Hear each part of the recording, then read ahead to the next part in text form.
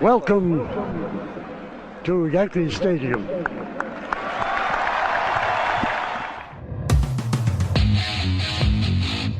They win the final game 5-2 to remain the baseball champions of the world. The Yankees, with this 9-0 crusher, have won their 17th World Series. The Yankees again are world champions. The Yankees win their 21st World Series. The Yankees are champions of baseball. Ball game over. World Series over. Yankees win. The Yankees win. The Yankees are back on top. World champions for the 27th time.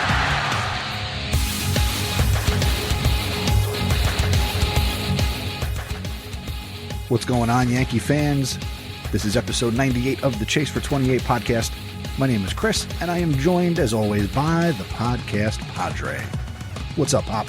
What's up? We're on the West Coast. That's what's up. Yeah, this is a big weekend for Sacramento baseball. The owner of the Sacramento A's has been waiting for this day for many, many months when Aaron Judge, the great Yankee outfielder, is going to come and hit home runs in the AAA ballpark. Well, okay, so there's a new trivia question. Who has the best minor league stadium that they're playing in?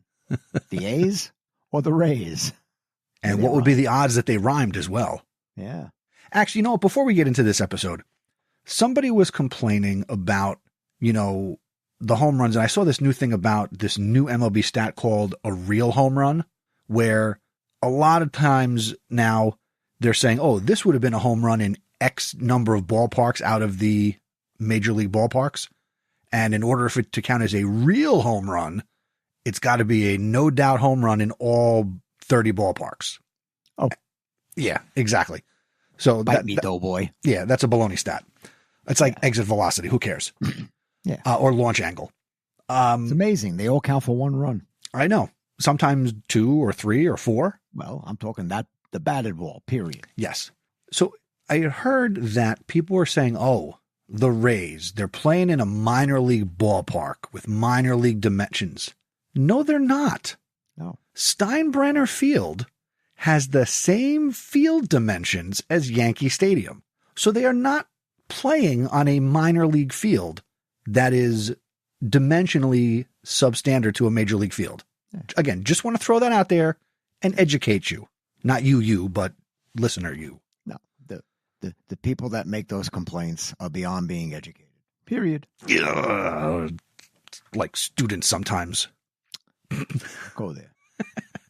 All right, so let's get into this episode of the show. And we're going to start with our trivia question from last episode. The question was from episode number 97. Who was the last home run hitting Yankee? Who hit the last home run at Old Yankee Stadium in 2008? And it was a two-parter. Who hit the first home run at the new Yankee Stadium in 2009? And I'm just going to double check my text messages. But I don't think that Alex sent me anything. How about the Cuisini? He's back to listening. He's back to listening. Podcast Cuisini. He doesn't participate in the trivia. He just wants to know if we drop an episode. Oh. Here's a hint for everybody. If there's no episode that shows up, there's no episode. If it shows up, there's a new episode. I don't think Alex sent me anything. I'm just going back. Let's see. Oh, okay. Here you go. Oh, he did. Hold on. Right. I did get a message. Here we go. This is funny. This was back on April 20th, so it's been a little bit since we recorded. He says, how is it that I have to wait for a reply to my text by a week, and only because you talk about my text in the podcast? So then I replied to his text. We're making him famous. Yes, the Alex. All right, so he says, I happen to know that it was Jorge Posada who hit the first homer at the new Yankee Stadium. So your clue tells me it had to also be a catcher. Too bad I can't remember who the backup catcher was. So I just said, you're on the right track. No. And he says, I got nothing. So he is half correct. Jorge Posada hit the first home run in the new Yankee Stadium. But in 2008, the last home run was hit by who, Padre? Jose Molina. Jose Molina of the famous Molina catching brothers. You know, I just said his name. Was there something I heard that they're making a movie about the Molina brothers? What? I thought I heard something. Molina Brothers movie. Let's go to the Google. I think so. Disney's developing. Okay. Lin-Manuel Miranda is behind it. I think he's playing all the Molinas, and they're going to sing and rhyme and They're going to rap. Yeah. I don't know. They are the only three brothers to all play Major League Baseball at the same time. No. And this is going to be a... No. They Hold are on. not. Okay, go ahead. Tell me. The Alou brothers. Did they all play at the same time at the Major League level? Yes. They actually were all in the outfield at the same time, I think, for the San Francisco Giants. Let me see. Jesus Alou, Matty Alou, and Felipe Alou. All right, let's see. As a prominent Major League Baseball family from the Dominican Republic, Felipe Alou and his brothers became known by the name Alou when the Giants... Felipe Alou, the oldest of the three brothers, was the first Dominican to play regularly in the major leagues from 1958 to 1974. He played for the San Francisco Giants, the Braves, the A's, the Yankees, and of course he managed the Expos. He made the All-Star team 3 times. His younger brothers, Matty and Jesus, were both longtime National League outfielders. There you go. But it doesn't say that they played at the same time. They did. At one point, I think it was they were on the Giants, and all 3 of them were in the outfield. Do not question me. Okay. Well, this Molina movie is going to be, it's from Disney. It's based on the New York Times best-selling autobiographic book, Molina, the story of the father who raised an unlikely baseball dynasty by Benji Molina. Okay. I guess Daddy was the agent. I guess so. Oh, but back then they didn't make that much money. Nah. I think Jose was the last one who was an active player.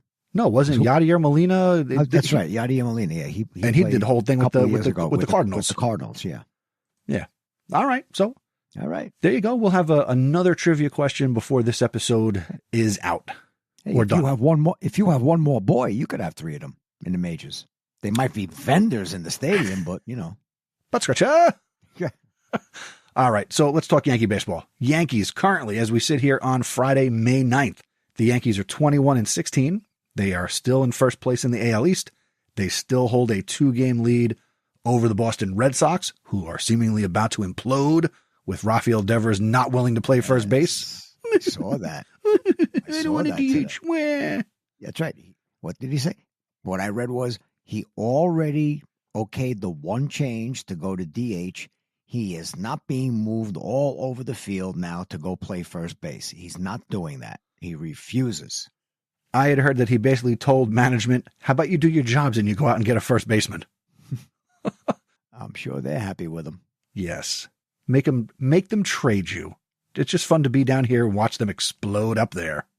It just gets me. If you think back to when we did the middle school team in Spotswood, I think we said to every kid, because we made them play multiple positions, you know, our attitude was don't walk on the field and tell me, oh, I'm a shortstop, I'm a second baseman, I'm a this, I'm a that. We just told them, you're going to play all over. You're going to learn all the positions, because when you get to high school, if the coach says, I need you to go play here, are you going to say, oh, no, coach, I can't play that position, so you better keep me on the bench? When the coach says, I need you to go play here, you put on your glove and you go play. I guess I will still, at the high school level, I will ask kids when I find out that they play baseball or whatever, I'll say, I will always ask, what positions do you play? And if they say one, I say, and then I make my point. Yeah. So yeah, be versatile. Be versatile. All right. So Yankees are in first place. They are currently in West Sacramento to play the Athletics. Since our last episode, they are 6-6. They went 2-1 against the Blue Jays, 1-2 against the Orioles, 1-2 against Tampa Bay, and 2-1 against the Padres. So 500 baseball for the last 2 weeks.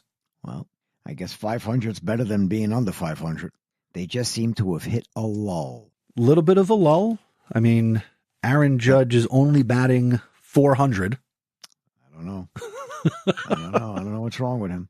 I think he finally had his first. He finished April batting 427. Yeah. Yes. The other night, I think the last game against San Diego was his first offer in God knows how long. He had a streak. It was. I saw something online. 30 games, getting on base. Yeah, I had seen something online that if you go back to last season, when he got his first ejection, where he was tossed out of a game. Since then, he's played in 156 games, and he's been, MVP, like super MVP level statistics. And in his last 162 games, just phenomenal. Oh, yeah. They said his batting average is ridiculous. The home runs, wasn't it over 60? Yeah. Yeah. RBI is ridiculous. They keep saying right now he's the best hitter in the game. He's covering the plate. He's not being And that's with other guys doing. No, basically it's been him with the Grisham and Rice. And once according in a while, to Gemini. Yes. I'm sorry. I'm saying according to Gemini, over his last 162 games, he's batting .369, .494 on base percentage, .774 slugging, 64 home runs, and 162 RBIs. I don't remember the last time somebody had that kind of RBI total. That's an RBI per game. Yeah. No. He's amazing. Thank God he's a Yankee. Yep. And he's just about hitting his prime. Oh. All right. Speaking of hitting, I got a couple of news items here. Now, this one is a week old. Again, apologize. DH Giancarlo Stanton, they moved him to the 60-day injured list. Don't say that name. And they claimed outfielder Brian De La Cruz, who is 28 years old, off of waivers from the Braves, and he was optioned to Scranton.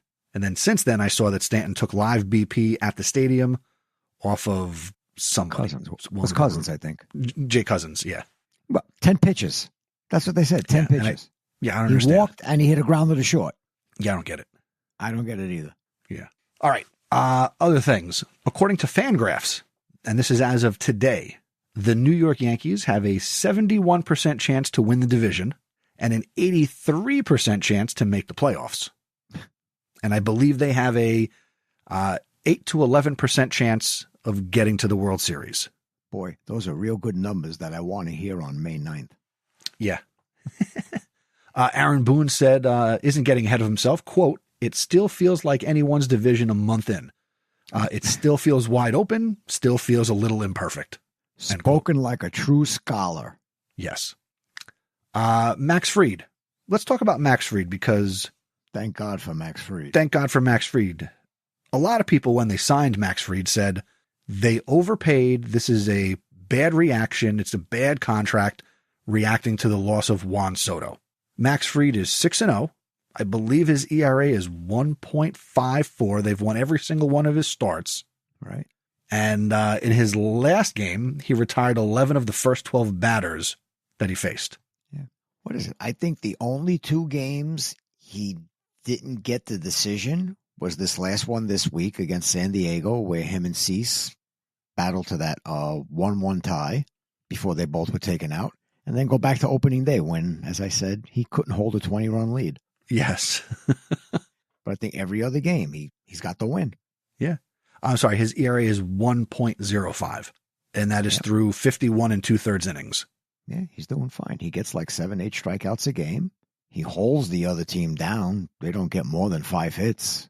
The game against San Diego, he gave up the 5 hits. One of them was the home run, and the Yankees made good with the 2 hits they got over 9 innings, the 2 home runs, and then they won the game without getting a hit. They had 3 hits that game. That's baseball, Susan. That's baseball, Susan. Also wanted to talk tonight a little bit about J.C. Escar. Had a nice week. Got his first game-winning hit. That was nice to see. No, that was a sacrifice fly. He hit the ball. No, don't say a hit. He got a sacrifice. He put the bat on the ball. All right, I was trying to be cute and not say walk-off because I don't like the term walk-off. So, all right, sacrifice fly. They were calling it. Well, his first walk-off hit. Batted ball. walk-off sac fly. You see now, what's his face? Jason Hayward was in left field. The ball's hit that far. You know you're not going to throw the guy out. Let the ball drop. Give the guy a hit. That's not in them. Not in them. And bounced over the fence. He would have had a ground rule double. I got to tell you, Yankees made a hell of a trade, not this past offseason, but the previous offseason when they traded away what you would say would be immense talent for the talent that is Trent Grisham. The Trent Grisham trade is working out really nicely. I just don't think I think last year the problem was, I mean, I don't think they realized like how good a ball player he could be. But the problem last year was there was no place to put him. Who were you going to sit? The problem is they also got Alex Verdugo. Oh, yeah. They should have realized, like, hey, we can put Grisham in left field, and he would have done a hell of a lot better than Verdugo, who still doesn't have. Oh, no. Didn't somebody sign him to a minor league contract? He's with the Braves, and he did get called up, and he actually had a walk-off hit a couple of weeks ago, so he's in the Braves lineup. Good for him. But if we were talking in January or February that Trent Grisham might hit, 10 to 12 home runs this year, you'd be like, all right, cool. Double-digit home runs. He's already got 10, and it's May 9th. I know. He's got a Yankee Stadium stroke, and he could hit the ball the other way. He's not just strictly a pull hitter. Uses the whole field. He plays a great outfield. Yeah. So solid move by the Yankees to go out of their way and trade for Trent Grisham. And I think that was a case of you want Soto. If I remember it right, it was like, okay, you want Soto? You got to take Grisham too. Okay, twist my arm. Thank you. Yeah, it worked out. It has worked out. We can get a little bit ahead of ourselves because it is May 9th. So this time next week, if the calendar will be right. Next Friday, Saturday, and Sunday. We got a 3-game series against the Mets. So when we are recording this, we're gonna play some booze in next week's episode. Oh, you're not gonna do like Tiki Barber wants? Everybody just stand up and turn their back on him? I bet they do that, and it's gonna be loud. There will be I cannot wait. Now, one of two things is going to happen. He's either going to crumple like tinfoil under that scenario, or he's going to have the breakout weekend of the season for his stats, and it's going to burn us. Yeah, but you see, I'll go back to last year. Go ahead. The Mets won all 6 games. So, here in the tri-state area, you had to hear, we beat you, we beat you.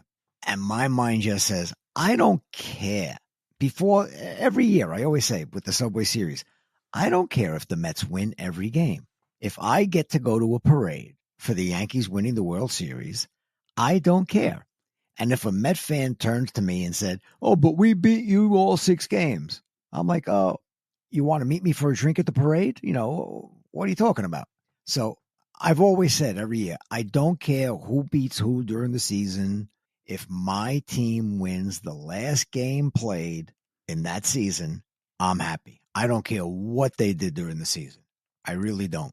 And if you as a Met fan or Boston fan or whoever, you want to take solace like, oh, you won the World Series, but we beat you. We won the season series. We destroyed you. Okay, good. What trophy did you get for it? See, that's the thing. If you win the World Series, they don't come back. They don't use that as a talking point that they beat you in the regular season. That doesn't happen. They got nothing to say then. Yeah, no, but I mean, there are some people that would still, open their mouth. Oh, but we beat you. Well, good. You beat me. Good. Good. What? Show me the trophy you got for that. They don't do the Mayor's Cup anymore, do they? No, that's long ago. The Mayor's Trophy game, they called it. Okay. Well, I'm looking forward to him getting his ass booed 3 straight days. Yeah. Hopefully we have some good pitchers lined up for that series. We could take a look ahead, but hopefully we could put little brother in their place. No, let's have a good week before then. Let's stay in first place and let's start being a little bit better than 500 ball. Yes. All right. What is coming up this week? So we have a little bit of a road trip here. We are in Sacramento, and then we go to Seattle for 3 games, Monday, Tuesday, and Wednesday before we are off next Thursday. And then obviously again, home for the Mets next weekend. What else is on your mind in Yankee baseball? What else? Hey, what's his name? Why the name slip my mind? The new starter for the Mets that was our relief pitcher. What's his face? Oh, our ex-closer. His name? Your head too, isn't it? Yeah, I can see it. Clay Holmes. Clay Holmes. You think we get to face him? I don't know. That would be interesting. I was just thinking about how him against Max Fried. The Yankees are going up against a bunch of former Yankees this weekend as they play the Athletics. You got Severino, J.P. Sears. Let's see. The Mets today. Let's see. Who's pitching tomorrow for the Mets? McGill, Sunday, Canning. I don't know what their rotation is. No. I just have to wait for next week. Yeah. God, their website's ugly. Whoever, whatever. So what do you think Got a about little the minor rest of league the news team? this week. Oh, wait, you going to the minor Rest of the leagues team? already? Well, I was going to minor league real quick. A little bit. George Lombard Jr., he was promoted to Double-A Somerset. Yes. I'll have to go see Georgie boy. Watch out, Anthony. He's coming. Yes. Well, do you get the feel? All right, I'll let you finish with the minor leagues, then I'll. That's all I make had. the point. George Lombard got promoted to Somerset. That's all I had. Okay. Spencer Jones is on the DL. Yeah. Okay. Do you think with the recent moves they made that somehow Peraza is being shoved to the back of the line on the roster here? They What do you brought up mean? Vivas to play second for Chisholm. I haven't even noticed. Are they doing like Vivas is a lefty? Are they doing lefty righty at second base? I haven't noticed. I haven't paid attention to that either. And Reyes is still on the team, right? So right now, those are the three Yes. bench guys. Although maybe not for long. They are projecting that DJ LeMahieu, remember him? That help me. he may be back this weekend, and the Yankees will be deciding if they will designate Peraza or Pablo Reyes back to the minors. Yeah, did you see another thing? I mean, we didn't record last week, but there was another thing that LeMahieu was hurt again. I think he's back to playing. As of yesterday, again, they expect him to be promoted or come back and be active this weekend. And I didn't see what their lineup is for tonight. Yeah, maybe he's Let playing me see if I can look third that up base. real quick. Let's see. Nope. He is not in the starting lineup. Starting lineup tonight is Grisham leading off, which, by the way, good leadoff hitter. Yes. Judge batting second, Rice batting third, DH, Goldschmidt at first, Dominguez in left, Volpe at short, Escara catching, Cabrera playing third, and Vivas at second. So that is the posted starting lineup. Okay. So Yeah, we'll see what happens if tomorrow. If they activate him, I would think they'd put him in the lineup right away. Here's a great statement from an article. The Yankees are desperate for infield help, but expecting a 35-year-old veteran to be the answer could lead to disappointment. I'm not expecting anything out of DJ LeMahieu. Nope. I feel like they need to eat the rest of that contract. Oh, you didn't hear what I said. Yeah, I jinxed him. Again, years ago, I said if he just batted 300, we'd be fine, and he hasn't hit 300 since. Nope. Oh, well, we'll see. So when he comes, let's say they get rid of Reyes. So now he's there. So then the next question would be if when Stanton comes back, what they do. Because that's going to take it bats away from somebody. That's going to take it bats away from Ben Rice. Yeah. And that clogs up your DH spot. Did you know that Ben Rice caught 2 weeks ago? They put him in the ninth inning? Yeah, I didn't see it, but yeah, I heard about it and whatnot. So, and I had seen Boone interviewed somewhere where he was questioned about it, and he said that Ben Rice puts in work at catcher every day, that he does something. So the skills are staying sharp. Did you see anything about Loizaga? What's his status? Let's see. 2 days ago, he pitched 2 scoreless innings, and that was in a rehab assignment on Wednesday. All right. So, and that was at AAA. He's on the verge. And Clayton Beater was also making a rehab appearance as well that day. Speaking of pitchers, should we talk a little bit about Mr. Williams? Go ahead. I mean, the other night, what was it, Monday night? They were winning. He came in and he imploded. But then he came back in the final game against San Diego. And of course, he loaded the bases before he got the strikeout to get out of the inning. It seems like all he has is he's got a fastball, and I didn't realize all they talk about is his changeup, that he keeps throwing a changeup. Yes. And who was the guy we had last year on the team? The older guy that all he did was throw changeup. He's not on the team now. Who was that? You remember there was a guy. All he did was throw changeups. He was a reliever. Yeah. Yeah. But it was interesting though. They had the camera right on him. I saw the. Oh, it was in that game the Yankees beat him. He's on the Padres now. Oh, he is. I think it starts with an M. Wandy Peralta. No, that's not one. I thought he was the one that there was a whole stretch where it was like he's thrown 30 changeups in a row and nobody can hit it. He was a right-hander on the team last year. All right. The name, as soon as we end the broadcast, we'll remember who it was. But what I thought was interesting was they had like a close-up of how he threw his changeup. And I was like, that's interesting. I never thought that the way it was coming out of his hand, like sideways. Was it Tommy Canely? Yes. There you go.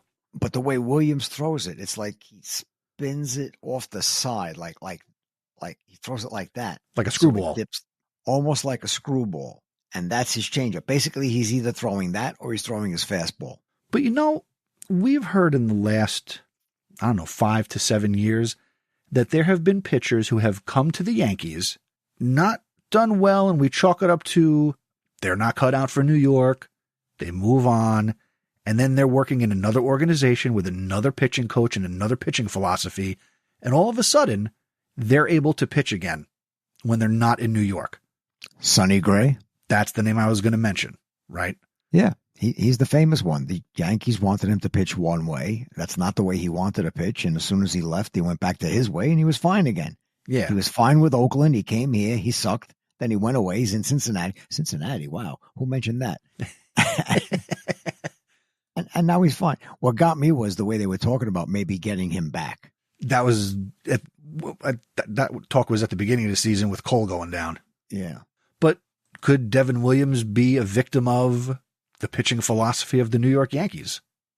I think they make your relief pitcher. You're supposed to be so good. These are the pitches you throw, period. I mean, like I said, I only think he's got a fastball and he's got that changeup.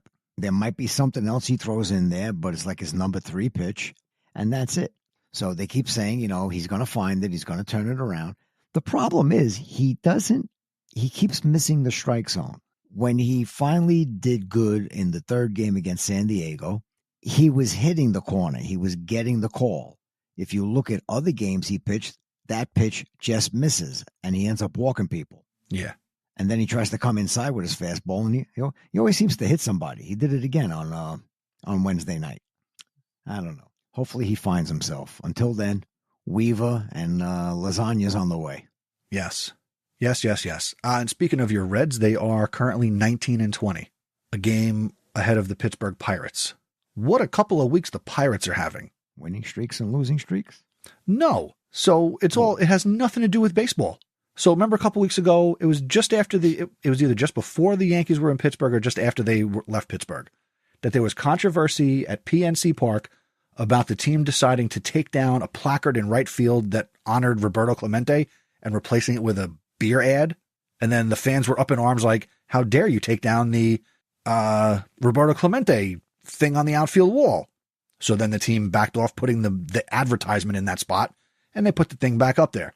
Right.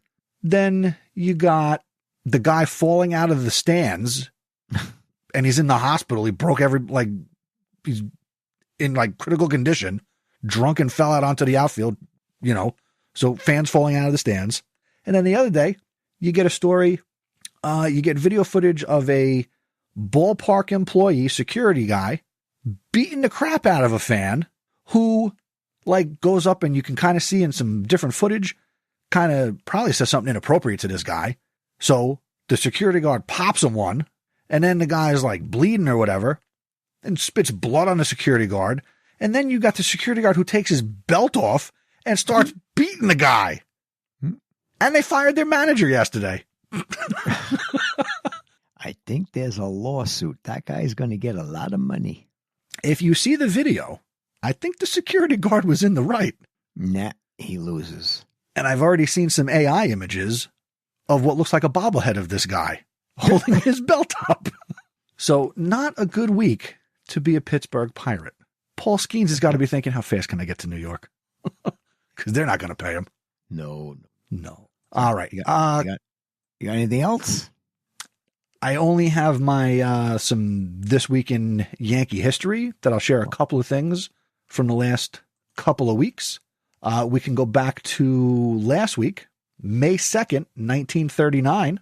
Lou Gehrig ended his streak of 2,130 consecutive games played. That was a big one. Right. Let's see. What date was this? This was a big one. This is 4 days ago. What was 4 days ago? May 5th. So Cinco de Mayo. So a lot of things happened on May 5th in Yankees history. On May 5th, that was a date in Yankee history where the Red Sox traded Red Ruffing to the Yankees for $50,000. Ruffing would go on to play 15 seasons with the Yankees and he was elected into the Hall of Fame in 1967. Also on May 5th, the Yankees acquired shortstop Bucky Dent from the White Sox in exchange for Oscar Gamble and Lamar Hoyt, Bob Polinsky, and an estimated $200,000. Okay. And on May 5th, I forget which year, but the Yankees traded Fernando Signal and cash to the Expos for a closer named John Wetland. Some days in Yankee history are busier than others. That one probably had to be around like 1994, somewhere there. Yes. Let's see, what else? On May 6th, 2007, that was the infamous date that Roger Clemens, at age 44, appeared in George Steinbrenner's box and announced that he was back. Okay. Mark that one on my calendar. There you go. And let's see. Nope. Something more recent. On May 7th, the Yankees make an improbable comeback against the Orioles in extra innings. The comeback was fueled by 2 home runs from Aaron Judge, a Jacoby Ellsbury grand slam. I bet you didn't have Jacoby Ellsbury hitting a grand slam on your Yankee career bingo card. Did he play for the Yankees? And Starlin Castro, yeah, he did. On this particular day in 2017, he hit a grand slam. And Matt Holliday ended the game on a walk-off 3-run home run in the bottom of the 10th. Then I'll show you 2 more. May 8th, 2009, Alex Rodriguez makes a triumphant return to the lineup after undergoing hip surgery in March. He hit the first pitch he saw, a 98-mile-an-hour Jeremy Guthrie fastball out of Camden Yards for a home run. Later that season, he put the team on his back as the Yankees won their 27th World Championship. There you go. And this is a fun one. On May 9th, today, in the year 2002, Yankee relief pitcher, you may have heard of him, Mariano Rivera. Yeah. On this date in 2002, he pitched a few. On this date in 2002, he recorded his 225th career save, breaking the Yankee franchise record. He closed out a 3-1 win over the Rays, and that moved him past who? Who did he pass? I'm going to say, why do 3 names come to my mind? Righetti, Gossage, or Lyle? Dave Righetti. Okay. Righetti Spaghetti. And here's a fun one. So we got his 225th career save. He then went on to save, and we like numbers, you and I. He went on to then save an additional 427 more games. So you like that number 427? 427. Yeah. I do. And that's the last 2 weeks in Yankee history. There you go. All right. What is our brand new trivia question for this episode? Alex, pay attention. Okay. Should get this one. I think they're getting easier. Don Mattingly had his number retired. So, Mr. Host, what was his number that was retired? Number 23. Okay. So the trivia question is, when Don Mattingly first came up, what was his number? It was not number 23. What was his first number as a Yankee? All right. Alex, Podcast Cuisini, whoever texts me first, we'll see who gets the right answer. Yeah, they win the prize. We'll mention their name. I am very sure that the Podcast Cuisini knows the answer to this question because I believe he's a big Don Mattingly fan. That's right. He better know it. Oh, the shame. I challenge you, Cuisini. He's not my Cuisini.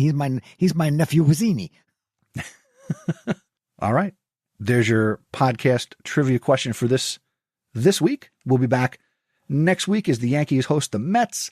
Hopefully we have a good weekend in Sacramento and beat up on the Athletics. Aaron Judge can hit balls far into the West Sacramento night and life will be good. I want to thank... Go ahead. You mentioned Judge's name. I get those daily emails from MLB.com. Uh-huh. And they were talking about here's like the 6 surprise things we think are going to happen by the end of the season. So one of them was talking about the American League MVP. And I forgot who they said the surprise was. But they said, let's face it, as of right now, the first choice is Aaron Judge. The second choice for MVP is Aaron Judge. The third choice for MVP is Aaron Judge. The fourth choice, you ready? Go ahead. Aaron Judge's baby daughter. And then Bobby Witt. But they didn't say Witt was the MVP. I forgot what name they said. But I just thought that was funny. Judge's daughter. I guess he's an inspired father this year. Did I inspire you? Oh, never mind. We're out of time. We'll talk to you next week, everybody. Cut. All right. Thank you to SeatGeek for supporting the Chase for 28. If you're looking for tickets to concerts, baseball games, or maybe Knicks playoff games. Tomorrow, 3:30. Locked in. Let's go. Use SeatGeek. Go to chasefor28.com/SeatGeek, and you can save $20 on your first order by using our promo code CHASE428. Thank you to SeatGeek for powering the Chase for 28 podcast. Also, you got opinions? We would love to hear them, because otherwise it's just the two of us. So email us, feedback@chasefor28.com. You can send us a message or a comment to us on Twitter @chasefor28pod. Posting lots of Instagram content every day. We got This Day in Yankee History, the game recaps, @chasefor28pod on Instagram. And of course, voicemails are always welcome. chasefor28.com/voicemail. That'll do it for this episode of the Chase for 28. He is the Podcast Padre. My name is Chris, and we will see you next week. Say goodbye, Pop. Bye-bye.